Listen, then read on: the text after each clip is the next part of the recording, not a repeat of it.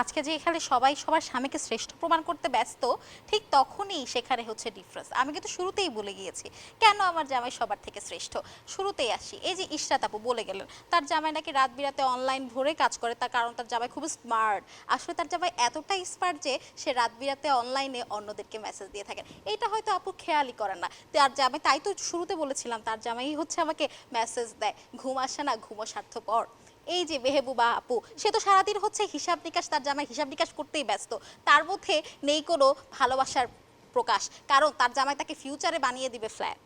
আর এই যে আমার সুন্দর মিষ্টি আপু, যে কিনা বলে গেলেন তার জামাই তাকে স্বাধীনতা দেয়, পরাধীনতার মধ্যে বন্দি করে রাখেন না। আপুটাই কিন্তু সবার আগে থেকে বলছিলেন কখন যাব বাসায়। এতই যদি স্বাধীনতা হয়ে থাকে আপনার হাজবেন্ড, তাহলে আপনাকে কেন যেতে হচ্ছে বাসায়?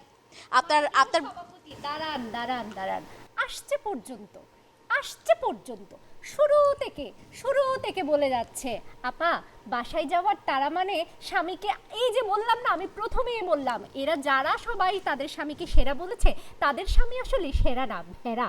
আমি তো আমার স্বামীকে সেরাই করব, কারণ সে যেমন আমাকে সাহায্য করে, আমারও উচিত তাকে একটু সাহায্য করা। আমাকে সে স্বাধীনতা দিয়েছে মানে আমি উচ্ছৃঙ্খল হব তেমন না। বাংলাদেশের সমাজে ঠিক টাইমে ঘরে ফেরার একটা নিয়ম আছে, সেই নিয়ম ভঙ্গ করা মানে আমি স্বাধীন চেতা এমন না। আমার নিয়মে বাসায় ফেরা মানে আমি আমার স্বামীকে সাহায্য করার জন্য ফিরবো। সে এতক্ষণ যাবৎ যে কষ্ট করে যাচ্ছে, আমাকে সে তাড়াতাড়ি বাসায় ফিরতে দেখে খুশি হয়ে আমাকে আবার সুযোগ দেবে। আমি যদি তাকে বারবার তার উপর যদি এইভাবে প্রেশার ক্রিয়েট করতে থাকি, আপনাদের মতো ভেড়া বানাতে থাকি, তাহলে তো এখানে হবে না আপু। আমি তাকে সুযোগ দিব, সেজন্যই আমি তাড়াতাড়ি যেতে চাচ্ছি।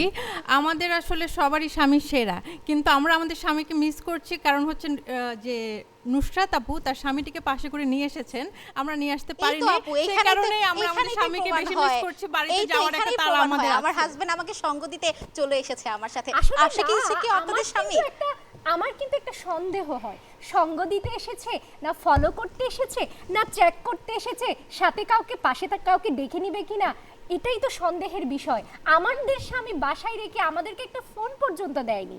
এই যে আপনাদেরকে ফোন দেয়নি, আসলে কেয়ারিং এর অভাব। আমার জামাইয়ের যথেষ্ট কেয়ারিং, তার জন্য চলে এসেছে আমার সাথে। আমাদের স্বামী আমাদেরকে বিশ্বাস করে, জানে তাদের বউরা ঠিক টাইমে বাসায় যাবে। আসলে আপু এত কিছু বলে লাভ নাই, যার মনে যা ফুটে ওঠে তা। আপনার মনে আসে হচ্ছে তা, তার জন্য ফুটে উঠেছে তা। আমার জামাই এসেছে কেয়ারিং এর জন্য, আর আপনার জামাই আপনাকে ফোন দিচ্ছে না কেয়ারিং এর অভাবে।